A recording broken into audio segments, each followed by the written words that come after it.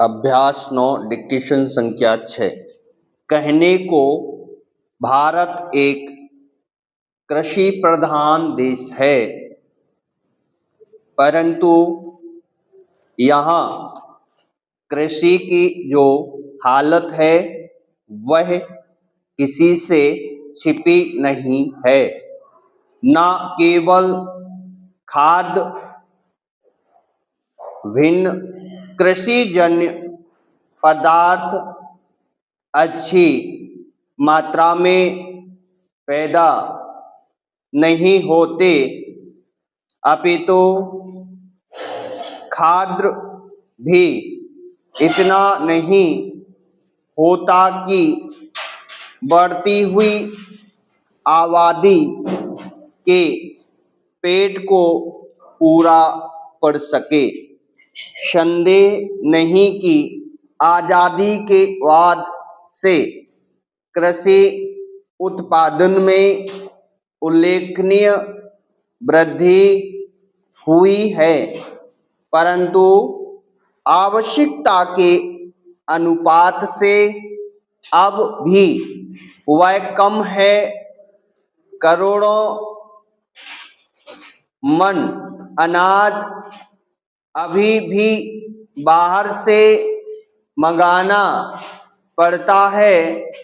देश सन 76 तक कृषि के मामले में आत्मनिर्भर होना चाहता है। इस वर्ष अन्न की फसल को देखते हुए कुछ आशा तो बनती है, किंतु सच बात यह है कि इसके लिए विशेष रूप से उद्योग करना होगा। शक नहीं कि योजना में कृषि को सर्वोच्च प्राथमिकता दी गई है। इसका अर्थ यह है कि उससे संबद्ध जितने भी काम हैं उनके लिए न केवल सबसे पहले व्यवस्था की जाएगी, अपितु उनके लिए विशेष राशि का भी प्रबंध किया जाएगा।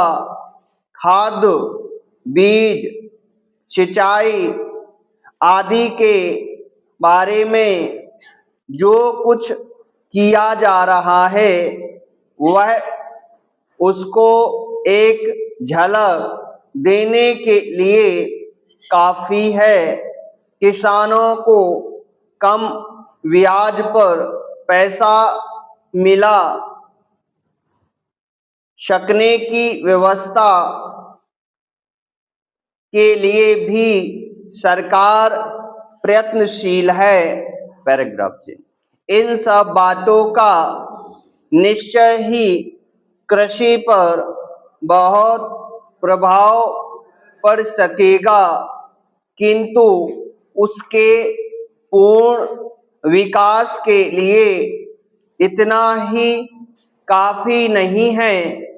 ऐसा भी कुछ किया जाना चाहिए कि जिस भूमि पर किसान खेती करता है उसमें उसको सजीव दिलचस्पी पैदा हो और वह उस पर अब तक जितना श्रम और धन लगाता है उससे अधिक लगा दे।